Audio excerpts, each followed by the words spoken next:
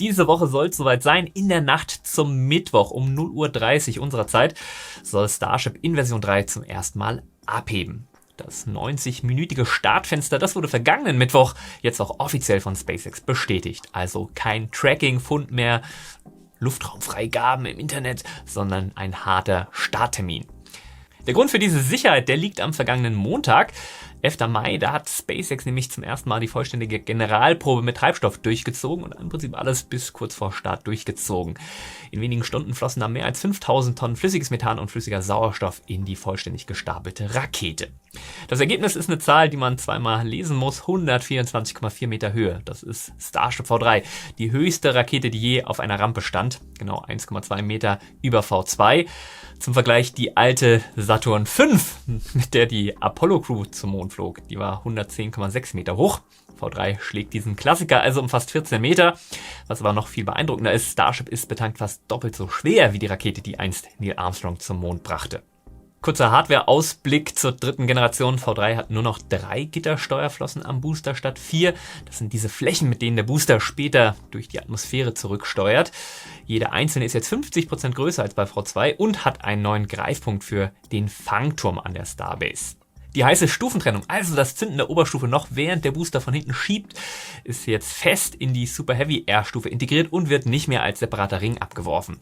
Und alle 33 Triebwerke im Booster sind jetzt durchgängig Raptor 3. Was das in Schub bedeutet, beim Liftoff, beim Starten, da drücken die Raptoren den Booster mit über 82 Meganewton nach oben. Dafür bräuchte man mehr als 10 parallel feuernde Falcon 9 Erststufen. Pad 2 in Boca Chica startet zum ersten Mal überhaupt.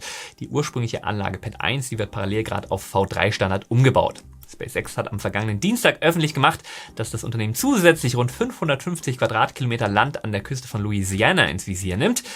Parallel rüstet SpaceX die Anlage 39A am Kennedy Space Center sowie Launch Complex 37A und Launch Complex 37B in Cape Canaveral für Starship um. Ziel laut SpaceX tausende Flüge pro Jahr. Ja, was V3 demonstriert? Die Grundform der Rakete, die bleibt. Das Update, das steckt in den Subsystemen, in den Details. Genau die Logik, mit der gut gemachte Hardware wächst. Was mir am Starship V3 gefällt, an der grundsätzlichen Form, die funktioniert, eben nichts ändern und drumherum alles sinnvoll aufrüsten. Ehrlich gesagt steckt genau dasselbe Prinzip in einem Schuh, den ich seit Wochen fast täglich trage, der Retro-Runner von unserem heutigen Partner Gieswein. Klassischer 70er-Jahre-Sneaker-Look außen, drin aber komplett auf Merino-Wolle und 3D-Knit umgebaut. Konkretes Alltagsbeispiel, Mittwoch 9:15 Uhr, Livestream im Studio, danach Sprint zur Bahn, Mittagstermin in der Stadt, am späten Nachmittag noch mit den Kids auf dem Spielplatz. Ja, genau der Tag, an dem normalerweise irgendein Schuh anfängt zu nerven. Entweder fangen die Füße nach 3 Stunden Stehen an zu drücken oder das Klima im Schuh wird gegen Abend, sagen wir mal, nicht mehr ideal. Beim Retro-Runner da war beides kein Thema. Innen ist der Schuh komplett mit Merino-Wolle ausgekleidet, 360 Grad rundum. Das Material, das reguliert Temperatur und Feuchtigkeit von ganz allein, ist atmungsaktiv und antibakteriell. Heißt im Klartext, auch nach einem langen Tag ohne Socken kein Schweißgefühl, kein Geruch. Dazu kommt ein herausnehmbares Wechselfußbett mit Merino-Schicht und falls jemand orthopädische Einlagen braucht, gehen die natürlich genauso rein. Die Mittelsohle, die dämpft beim Gehen und Stehen vernünftig. Die Gummi-Außensohle hat ordentlich Profil und hält auch auf nassem Kopfsteinpflaster. Optisch, ja, klassische 70er-Jahre-Sneakerform mit Nubuck-Leder außen. Heißt, der Schuh, der sieht ordentlich genug für ein halbwegs erwachsenes Outfit aus, aber nicht so streng, dass ich damit nicht auf den Spielplatz könnte. Wenn euch das anspricht, mit meinem Link und dem Code SENKRECHT20, da bekommt ihr 20% auf das gesamte Gieswein-Sortiment, findet ihr direkt in der Videobeschreibung.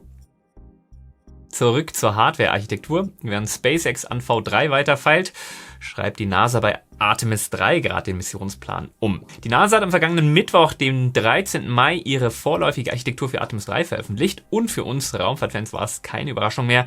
Die erste Crew der Mission landet nicht 2027 auf dem Mond, sondern bleibt im Erdorbit. 4 Astronauten an Bord der Orion-Kapsel sollen Annäherung und Andocken üben, und zwar gleich an 2 verschiedenen Mondländern. Einmal eine Vorabversion des Starship-Landers, intern Starship HLS Pathfinder genannt, und einmal an eine Vorab-Variante von Blue Moon Mk2 von Blue Origin.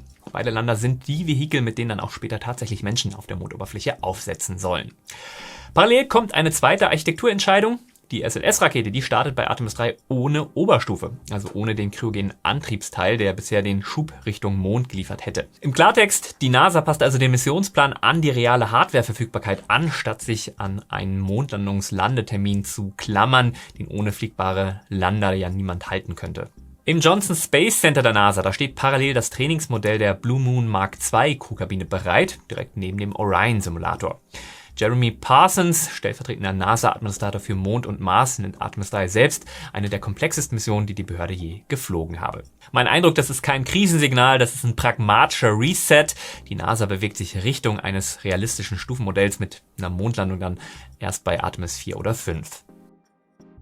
Wenn die NASA ihre Hardware-Realität nach unten anpasst, prallen diese Woche zwei Welten der Orbitalindustrie aufeinander. Eine mit Pitch Deck, eine mit Hardware. Kommen wir erstmal zum Pitch Deck. Das amerikanische Startup Cowboy Space, bis vor wenigen Tagen noch unter dem Namen Etherflux unterwegs, hat am vergangenen Montag $275 Millionen in einer Series B Finanzierungsrunde abgeschlossen. Geführt vom Risikokapitalgeber Index Ventures. Bewertung rund $2 Milliarden. CEO ist Robin Hood, Mitgründer Baiju Bhatt. Letzte Woche haben wir Anthropics Interesse an orbitalen KI-Datenzentren eingeordnet. Diese Woche kommt der konkrete Investmentbeweis.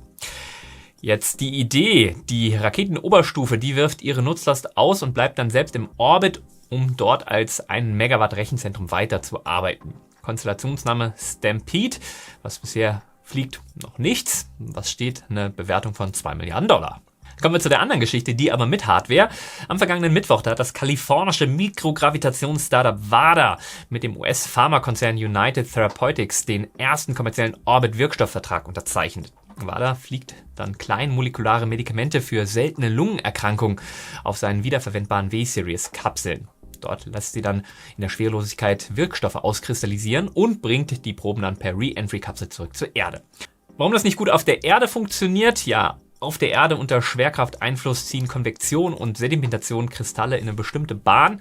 Oben fallen beide Effekte nahezu weg und das öffnet komplett neue Wirkstoffstrukturen. Für mich der entscheidende Unterschied: Anders als bei Cowboy Space ist WADA's Hardware bereits mehrfach in den Orbit geflogen und genau dort entscheidet sich diese Manufacturing-Wette im Pitch Deck oder im Re-Entry-Brand. Von Hardware im Erdorbit zu Hardware tief im Sonnensystem. Die NASA-Sonde Psyche ist am vergangenen Freitag, 15. Mai, in nur 4.500 Kilometer Abstand am Mars vorbeigeflogen. Das ist ungefähr die Distanz Berlin-Kairo. Kosmischer Maßstab oder im Sonnensystem ist das fast schon ein Streifschuss. Ja, der Mars, der hat dabei genau die Aufgabe übernommen, für die er hier gebraucht wird. Seine Schwerkraft zerrt an Psyche und beschleunigt Psyche auf Kurs Richtung Asteroidengürtel. Solche Schwungholungsmanöver, die nennt ein Missionsplaner einen Gravity Assist. Und so ein Gravity Assist, der kann ordentlich Treibstoff sparen. Aktuelle Geschwindigkeit der Sonde jetzt 19.848 Kilometer pro Stunde. Damit jagt Psyche einem Ziel hinterher, das es in unserem Sonnensystem so kein zweites Mal gibt. Oder zumindest kennen wir das noch nicht. Der namensgebende Asteroid ist nämlich 16 Psyche. Der ist rund 280 Kilometer breit und besteht zu großen Teilen aus Metall. Vermutlich der freigelegte Kern eines früheren Planeten. Zur Vorgeschichte. Psyche ist im Oktober 2023 gestartet, hat im Februar einen 12-stündigen Triebwerksburn zur Bahnkorrektur abgefahren und schon im Anflug erste Marsbilder geliefert. Ankunft am Asteroiden ist 2029. Mich beeindruckt ja am meisten, wie unspektakulär dieser Vorbeiflug abläuft. Keine Pressekonferenz, keine Live-Events. Die Maschine, die fliegt einfach und macht ihre Hausaufgaben. Genau das Gegenteil von dem, was wir gerade bei den großen Architekturstories sehen. Während die NASA-Sonde Psyche durchs Sonnensystem rast, formiert sich in Europa ein industrieller Pitch in eine ganz andere Richtung. Der französische Luftfahrtkonzern Dassault Aviation und der Bremer Raumfahrtkonzern OHB haben am vergangenen Montag eine Partnerschaft für den ESA-Vorschlag Vortex S angekündigt. Vortex S soll ein wiederverwendbares Mehrzweck-Raumflugzeug werden, also ein Vehikel, das wie ein Flugzeug landet, aber Crew oder Fracht ins All bringen kann. Die Rollenverteilung im Konsortium ist klar verteilt. Dassault übernimmt die Hauptarchitektur und Gesamtintegration des Raumflugzeugs selbst. OHB integriert das Servicemodul, also den Antriebs- und Versorgungsteil hinter der Druckkabine. Beide Unternehmen, die wollen das Konsortium auf weitere europäische Industriepartner ausweiten. An dieser Stelle ist Vorsicht angesagt. Vortex S ist explizit ein Vorschlag an die ESA.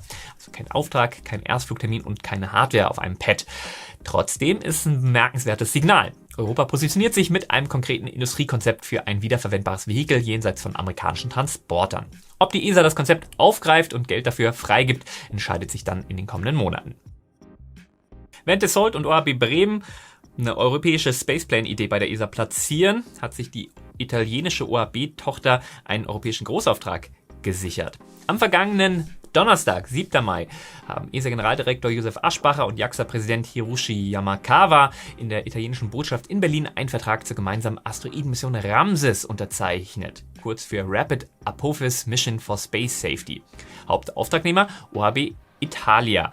Start ist 2028, Ankunft am Asteroiden Anfang 2029. Warum diese Mission Tempo hat? Ja, am Freitag, den 13. April 2029, da fliegt Apophis, ein 375 Meter breiter Brocken, in nur 32.000 Kilometern Entfernung an unserer Erde vorbei.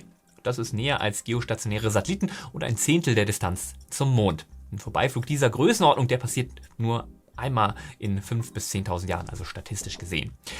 Die Aufgabenstellung ist sauber. ESA macht Sondendesign, Integration und Missionsbetrieb. JAXA liefert die Solarpaneele, den Infrarotsensor und den Start auf einer H3-Rakete. Ramses soll Apophis 2 Monate vor dem Erdvorbeiflug erreichen und dann live beobachten, wie die Schwerkraft unserer Erde die Oberfläche des Asteroiden physikalisch verformt. Die ersten belastbaren Daten dieser Art überhaupt. Genau das Fundament, das eine zukünftige echte Asteroidenabwehrmission bräuchte. Von Asteroiden, die 32.000 Kilometer entfernt an der Erde vorbeifliegen, zu unserer eigenen Atmosphäre. Michael Gerding vom Leibniz-Institut für Atmosphärenphysik an der Universität Rostock, der hat per Laserstrahl-Messsystem, LiDAR-System im Prinzip, eine Lithiumwolke detektiert. Sie war 10-mal höher konzentriert als typisch in dieser Höhe der oberen Atmosphäre. Die Messung, die lief am 19. und 20. Februar. Die Rückverfolgung der Bahn der Wolke, die führte zur Quelle, eine Falcon 9 Oberstufe, die wenige Stunden zuvor westlich vor Irland wieder eingetreten ist. In den Daten, da finden sich nicht nur Lithiumspuren, auch Kupfer, Aluminiumoxid und Wasserstofffluorid lassen sich als Marker eines Raketenwiedereintritts klar zuordnen. Das ist die Pointe der Methode. Jede Oberstufe, die hinterlässt einen chemischen Fingerabdruck in unserer Hochatmosphäre und mit dem Lasermesssystem, da lässt sich dann identifizieren und einer konkreten Mission zuordnen. Vorgestellt wurden die Ergebnisse Anfang Mai auf der General Assembly der European Geoscience Union in Wien. Damit hat Deutschland einen eigenständigen Messzugang zu genau jener Frage, die mit jeder neuen Megakonstellation größer wird. Was passiert denn eigentlich mit unserer Stratosphäre, wenn täglich Raketenstufen und Satelliten darin verglühen? Wir haben mit Bordmitteln gerade einen sauberen Weg, das zu messen. Während Wiedereintritte in die Atmosphäre von der Wissenschaft untersucht werden, haben in der vergangenen Woche 4 Träger neue Hardware in den Orbit gebracht. Am vergangenen Montag hob eine Lange Marsch 7 von Wencheng mit Tianzhou 10 zur Tiangong-Raumstation ab, mit 6,9 Tonnen Fracht an Bord. Am Dienstag folgten gleich 2 Aufstiege. Eine Falcon 9, die brachte von Vandenberg die Mission NROL 172 in den Orbit. Sie ist Teil der Spionagekonstellation Starshield für das US-Aufklärungsbüro NRO. Wenige Stunden später, da startete eine Langer Marsch 6A von Taichuan mit der nächsten Tranche der chinesischen 1000-Segel-Konstellation. Routine-Liftoff. Am Donnerstag flog eine Suke 2E von Landspace aus Jiuquan mit einem 2,8 Tonnen Massensimulator in eine polare Umlaufbahn. Der Flug, der testete eine verlängerte erste Stufe und Triebwerksupgrades. Der Übergang zur kommerziellen Variante. Kleiner Reminder, bevor wir gleich in die Kurznews springen. Der Erstflug von Starship V3 läuft, wenn alles hält, in der Nacht zum Mittwoch ab. Wir sind selbstverständlich live für euch dabei. Den Link zum Livestream, den findet ihr in der Videobeschreibung und hier eingeblendet. Klickt ihn an und aktiviert die Benachrichtigung, dann verpasst du den Liftoff garantiert nicht. Falls du dich auf diesen mit Sicherheit legendären Start optimal vorbereiten willst. Unsere neue Technik-Episode zum Starship V3, die ist seit dieser Woche online. Wir nehmen die Rakete in voller Tiefe auseinander, von den 3 neuen Gittersteuerflossen bis zur integrierten Stufentrennung und sortieren ehrlich, welche V3-Versprechen wir für realistisch halten und wo das größte Risiko sitzt. Schutzengel hatten diese Episode schon einen Tag früher als alle anderen und sie schauen jedes Video komplett werbefrei, ohne eine einzige Unterbrechung. Wenn du den Kanal direkt unterstützen willst und gleichzeitig Vorabzugang plus eine saubere werbefreie Erfahrung haben möchtest, werd Schutzengel. Über den Mitgliedschaft-Button unter dem Video, das hilft uns enorm dabei, mehr Recherche und mehr Tiefe zu liefern. Und jetzt in aller Kürze, was die Woche sonst noch so passiert ist. Golden Dome verdoppelt seine Kosten auf 1,2 Billionen $. Das Congressional Budget Office, das hat am vergangenen Dienstag die 20-Jahres-Kostenschätzung für das US-Raketenabwehrsystem Golden Dome auf 1,2 Billionen $ taxiert. Das sind etwas über 1000 Milliarden Euro. Zur Einordnung, der gesamte deutsche Bundeshaushalt, der lag 2025 knapp über 500 Milliarden Euro. Allein 743 Milliarden Dollar entfallen auf weltraumbasierte Abfangsatelliten in der niedrigen Erdumlaufbahn, die dann feindliche Raketen schon in der Aufstiegsphase zerstören sollen. Die Pentagons-Schätzung, die lag bei rund 185 Milliarden Dollar, also etwa 7-mal niedriger. Das NASA-Budget bleibt stabil, die Trump-Kürzungen, die wurden de facto blockiert. Ja, das House Appropriations Committee hat den Spending Bill am vergangenen Mittwoch verabschiedet und hält das NASA-Budget bei 24,4 Milliarden Dollar faktisch stabil. Damit ist der Trump-Vorschlag einer 46-prozentigen Wissenschaftskürzung im Kongress formal gestoppt worden. Das JPL der NASA hat in 137 Testläufen die neuen Rotorblätter für die nächste Mars-Hubschrauber-Generation erstmals durch die Schallmauer geschickt. 30% mehr Auftrieb als bei Ingenuity. Mit der Skyfall-Mission im Dezember 2028 sollen 3 dieser Hubschrauber dann zum Mars fliegen. Blue Origins erster Mondländer intern MK1 mit dem Spitznamen Endurance hatte den kompletten Thermal-Vakuumtest im NASA Johnson Space Center bestanden. Bekannt gegeben Anfang Mai, der 3-Tonnen-Frachtländer, der geht jetzt zurück nach Florida für die letzten Funktests. Erstflug auf New Glenn ist Ende 2026 angesetzt, sofern die FAA das Trägersystem rechtzeitig freigibt. Der US-Verteidigungskonzern Anduril Industries hat Rocket Lab einen 30 Millionen Dollar Vertrag für Hyperschalltests vergeben. Die HASTE-Rakete ist die suborbitale Variante der Elektron-Rakete, die als Hochgeschwindigkeitstestvehikel dient. Erster größerer kommerzieller Anduril-Auftrag in diesem Marktsegment. Der 3U CubeSat Snappy hat am 3. Mai einen Gallium-Wolfram-Kristalldetektor zur Messung von Sonnenneutrinos in 500 Kilometer Höhe gebracht. Mitgeflogen auf der Falcon 9 Mitflugmission CAS 502, hatten wir ja letzte Woche in den Starts berichtet. Vor einer Woche hat ein Sonnenfleck, das war AR4436, eine M57-Sonneneruption ausgespuckt. Der zugehörige Plasmaauswurf, ein Coronal Mass Ejection, hat die Erde am vergangenen Mittwoch gestreift und einen schwachen geomagnetischen Sturm der Klasse G1 ausgelöst. Über dem Atlantik wurde ein Radio-Blackout gemeldet. Und genau diese Sonnen-Erd-Interaktion, die bekommt in der kommenden Woche ihren eigenen Beobachter im Orbit. Am Dienstag, 19.05., da startet nämlich eine Vega C von Kourou mit der SMILE-Mission. Eine Gemeinschaftsmission der ESA und der Chinesischen Akademie der Wissenschaft, die genau die Wechselwirkung zwischen Sonnenwind und Erdatmosphäre untersucht. Wenige Stunden früher hebt dann eine Falcon 9 von Vandenberg mit weiteren Starlink-Satelliten ab. In der Nacht zum Mittwoch, 20. Mai, da folgt dann der Höhepunkt der Woche, der Erstflug von Starship V3. Ab 0:30 Uhr unserer Zeit könnte es losgehen. Klar, schauen wir uns das zusammen an und fiebern damit, oder? Später am Mittwoch sind 2 weitere Aufstiege angesetzt. Erstens ein Erstflugversuch des südkoreanischen Feststoffträgers für militärische Kleinsatelliten.